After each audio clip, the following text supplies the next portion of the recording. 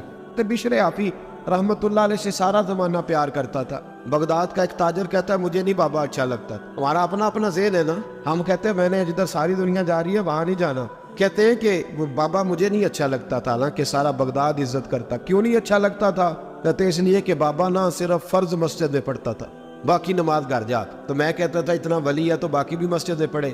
کہتے ایک دن میں نے کہا جسوسی کرنی ہے اس کی, جو کہ اسلام میں منع ہے. کہتے حضرت بشر حافی رحمۃ اللہ علیہ نے جمعے کے فرض پڑھے, فرض پڑھ کے نکل گئے دوڑ کے. فرماتے ہیں میں پیچھے ہو گیا, میں نے کہا میں نے سنتیں چھوڑ دی ہیں پر اس کا پتہ کرنا ہے, سنت نفل بعد میں پڑھوں گا. کہتے ہیں حضرت بشر حافی جلدی سے نا ایک کباب والی دکان پہ گئے, وہاں سے کباب خریدے. اور میں نے کہا بوڑھے کی عمر دیکھو اور اس کے ذائقے دیکھو, اس عمر میں بھی کباب کھائے گا. اوئے ہوئے, مولوی کو روٹی نے ستایا تھا, اس لیے سنت اور نفل چھوڑا ہے. کہتے تھوڑا سا وہ آگے بڑھے تو نان بھائی کی دکان سے نا نان خریدے. میں نے کہا دیکھو یار, دیکھو اس کے ذائقے, گرم نان کھائے گا. بہت سارے لوگ بغداد میں رات کی روٹی کھاتے پر یہ گرم کھاتا ہے. کہتے حضرت وہ نان اور کباب لے کے نا جنگل کی طرف مڑے تو میرے دل میں خیال آیا یار بڑا ہی اس آدمی کا عجیب ذہن ہے, یہ اب سبزے پہ بیٹھ کے یہاں موج کرے گا, کھائے پیے گا, اور سنت نفل چھوڑ دی, اللہ ہزاروں مرید ہے.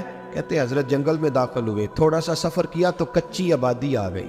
ایک کچے مکان کی ٹوٹا ہوا دروازہ, باہر سے کنڈی لگی.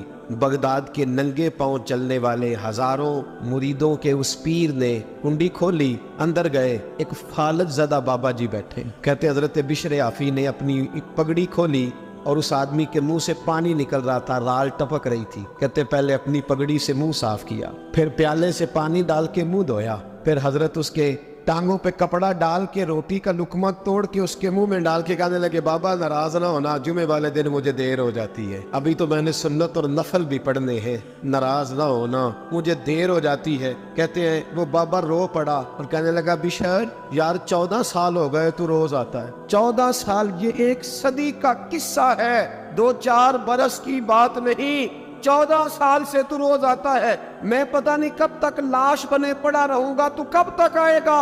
حضرت بشر حافی نے بابے کے آنسو پوچھ کے کہا بابا فکر نہ کر, آج کے بعد یہ جملہ نہ کہنا کہ تو میرے لیے بوجھ ہے. فرمایا لوگ سمجھتے ہیں کہ میں نے عبادت کر کے مقام پایا ہے, لوگ سمجھتے ہیں میں نوافل زیادہ پڑھتا ہوں, دنیا جانتی ہے کہ میری رات کی تسبیح زیادہ مضبوط ہے, اور میں ان میں سے کوئی بات بھی نہیں. میں تو تیری نوکری کرتا ہوں تو اللہ نے میری عزتوں میں اضافہ فرما دیا ہے. سوچ ہی صاف نہیں, نظریہ ہی ٹھیک نہیں, فکر ہی ٹھیک نہیں. اسلام نظریے کا مذہب ہے, سوچ کا. مسند امام احمد بن حنبل کی حدیث سنی, جب انسان نے روزہ رکھا ہوتا ہے نا تو روح ویسے ہی پاک ہوتی ہے اس کی. میں نے یہ سوچا کہ کچھ باتیں ایسی کی جائیں جس سے تھوڑی سی سوچیں بھی تبدیل ہو, کچھ سوچوں کا وضو, سوچوں کا غسل, افکار و نظریات کی بھی بات ہو. ہم سمجھتے ہیں کہ شاید کثرت عبادت اصل ہے. اقبال کہتے ہیں یہ ذکر نیم شبی, یہ مراقبے, یہ سرور تیری خودی کے اگر نگہبان نہیں تو پھر کچھ بھی نہیں، تیری خودی کے اگر، اور پھر عام چیز نہیں کہا یہ ذکر نیم شبی، سویرے سحری کا ذکر، یہ مراقبہ، یہ جو تو گھنٹوں اللہ کی یاد میں بیٹھا رہتا ہے، یہ سرور، کہتے بے کیف عبادت نہیں، سرور والی، یہ ذکر نیم شبی، یہ مراقبے، یہ سرور تیری خودی کے اگر نگہبان نہیں، اگر تیرے نظریے کو نہیں بدل سکے، تیری سوچ نہیں بدل سکے، تیرا ایمان مضبوط نہیں کر سکے، تیری خودی کے اگر نگہبان نہیں تو پھر کچھ بھی نہیں۔ اور خرد نے کہہ بھی دیا لا الہ الا اللہ تو کیا حاصل، دل و نگاہ اگر مسلمان نہیں تو پھر کچھ بھی نہیں، دل و نگاہ۔ اقبال کہتے ہیں ایک دل کا کلمہ پڑھ، دوسرا نظر کا کلمہ پڑھ، ان پہ پابندی لگا، دل و نگاہ اگر مسلمان نہیں تو پھر تو کچھ بھی نہیں۔ حضرت انس بن مالک کہتے ہیں میں حضور کے پاس بیٹھا تھا، حضرت عبداللہ ابن عمر بھی بیٹھے تھے، کوئی بات ہو رہی تھی، ایک حجرے میں بیٹھے تھے، دروازے پہ دستک ہوئی، مسند امام احمد میں حدیث ہے، نبی پاک علیہ السلام نے فرمایا انس دروازہ کھولو، دروازے پہ وہ بندہ ہے جس کو اللہ بغیر حساب کتاب جنت عطا فرمائے گا، وہ بندہ ہے دروازے پہ۔ حضرت انس بن مالک کہتے ہیں میں نے دروازہ کھولا تو بندہ دیکھا، غریب سا ایک انصاری صحابی، اور بندہ بڑا سادہ، وضو تازہ کر کے آیا ہے تو پانی کے قطرے داڑھی سے بہہ رہے، اور چمڑے کے جوتے اس نے لپیٹ کے تو بغل میں چھپائے ہوئے، آ کے عطائیات کی حالت میں بیٹھا، حضور سے دو چار باتیں کی، چلا گیا۔ ہم اس کا رنگ دیکھتے رہے اور مصطفیٰ کا کرم دیکھتے رہے۔ اس کو حضور نے جنتی کہا ہے۔ کہتے ہیں اگلے دن اسی ٹائم اسی وقت ہم حضور کے پاس بیٹھے تھے، پھر دروازے پہ دستک ہوئی، حضور نے فرمایا دروازہ کھولو، دروازے پہ وہ بندہ ہے جس سے اللہ بغیر حساب کتاب جنت عطا فرمائے گا۔ کہتے ہیں دروازہ کھولا، اور جیسے ہی میری نظر پڑی بندہ بھی وہی ہے جو کل آیا تھا، اور انداز بھی وہی ہے جو کل تھا، اسی طرح پانی کے قطرے، اسی طرح جوتے بغل میں، السلام علیکم، کل حضور فلاں بات کی تفصیل پوچھنی مجھ سے رہ گئی تھی، غلطی ہوگی، دوبارہ آیا ہو۔ اس نے اپنی گفتگو کی، چند جملوں میں بات سمیٹی، چلا گیا۔ فرماتے اتفاق کی بات کے دن تیسرا، بندے بھی ہم دونوں، میں اور عبداللہ ابن عمر، حضرت انس بن مالک کہتے ہیں دونوں بیٹھے تھے، سیم ٹائم سیم ڈے، پھر دستک ہوئی، حضور نے فرمایا دروازہ کھولو، اور مسکرا کے فرمایا دروازے پہ وہ بندہ ہے جس سے اللہ بغیر حساب کتاب جنت عطا فرمائے گا۔ کہتے ہیں کھل اٹھے ہمارے چہرے، باہر گئے، دستک ہوئی تھی، دروازہ کھولا، فرماتے مجھے یقین تھا وہی ہوگا جو 2 دن پہلے آیا تھا، اور میرے یقین کے مطابق ہی کام ہوا، وہی بندہ تھا جو کل بھی تھا، جو پرسوں بھی تھا، حالت اور کیفیت اور انداز بھی وہی تھا، پانی کے قطرے بہ رہے ہیں، اور اس شخص نے جوتے بغل میں دبائے ہوئے خدمت میں حاضر ہوا، بیٹھ گیا، بات چیت کی، چلا گیا۔ حضرت انس بن مالک کہتے ہیں تھوڑی دیر ہوئی تو حضور بھی تشریف لے گئے۔ حضرت عبداللہ ابن عمر مجھے کہنے لگے یار ویسے کتنے اس کے نصیب ہیں، کوئی آیا لے کے چلا گیا، کوئی عمر بھر بھی نہ پا سکا، میرے مولا تجھ سے گلا نہیں، یہ تو اپنا اپنا نصیب ہے، یہ تو اپنا اپنا، اور نہ کسی کے حال پہ طنز کر، نہ کسی کے غم کا مذاق اڑا، وہ جسے چاہے جیسے نواز دے، یہ مزاج لطف رسول ہے صلی اللہ تعالی علیہ وسلم۔ کہتے ہم لوگ گفتگو کرنے لگے، عبداللہ ابن عمر مجھ سے کہنے لگے یار ویسے پتہ کرنا چاہیے یہ کون سا عمل کرتا ہے، پتہ کرنا، جیسے ہم نہیں پتہ کرتے کہ یہ بندہ بڑا چمک گیا، پتہ کرو کون سا کاروبار کرتا ہے، ذرا اس کی جاسوسی تو کرو۔ اور بندے بھی بڑے سمجھدار ہیں، وہ سائیڈ بزنس نہیں بتاتے، وہ کہتے ہیں وہ جو میرا علیحدہ ہے وہ نہیں بتانا، کہیں یہ نہ شروع کر لے۔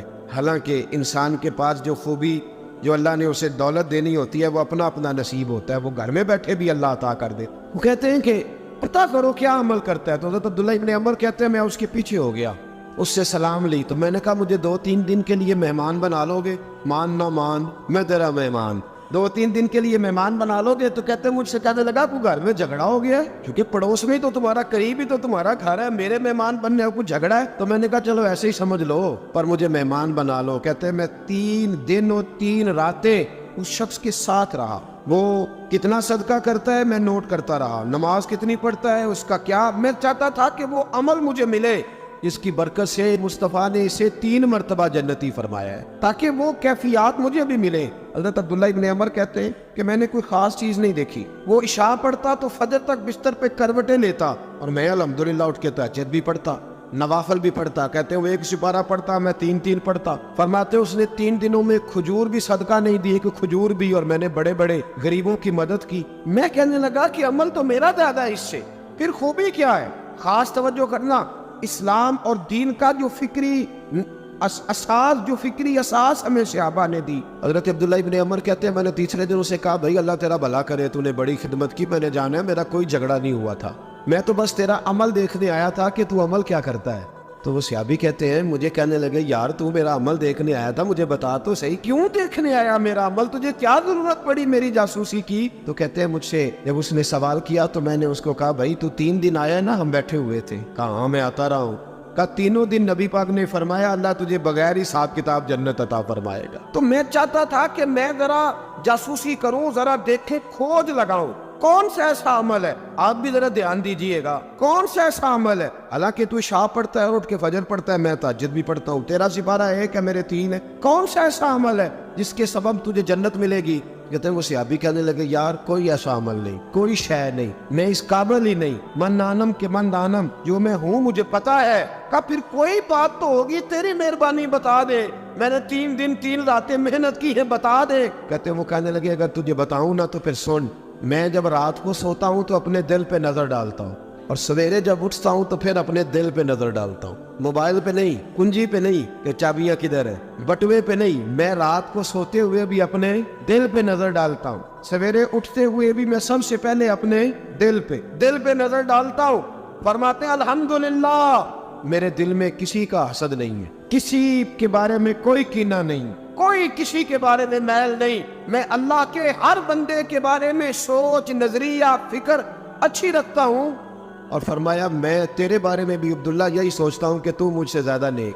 الحمدللہ اس وقت بھی میرا ذہن یہ ہے کہ انس بن مالک مجھ سے زیادہ پرہیزگار ہے. اس وقت بھی میری سوچ یہ ہے کہ محبوب کے سب صحابہ میں سب سے کمزور میں ہی ہوں. ناطق عبداللہ ابن عمر کہتے ہیں میں نے اس کا ہاتھ چوما, میں نے کہا سمجھ آ گئی ہے, تیرا نظریہ, تیری سوچ پکی اور سچی مسلمان ہے, تو دل اور روح کا مسلمان ہے, تو نظر اور روح کا مسلمان ہے.